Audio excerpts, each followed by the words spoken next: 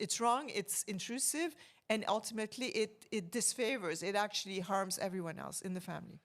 If you look at Viktor Orban in Hungary, or Vladimir Putin, or now the American right, unfortunately, they're pro-natality.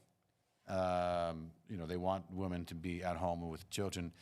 It's always racist. They always want the pro-natality within their national The right groups. children, right? The right children. So how does that figure into the work that you do? And how do we see that around the world? Yeah, no, this is interesting.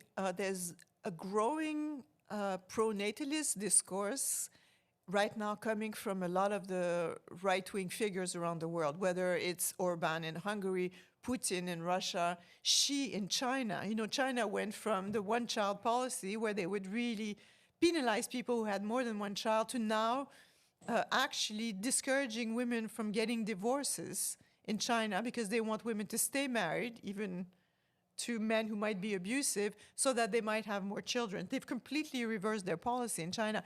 And this is interesting because each time it's a very autocratic, authoritarian leader who suddenly has decided that they need more children to wage war or to whatever, meet their economic objectives without any regard for what the people of their country actually want to do on an individual and family level.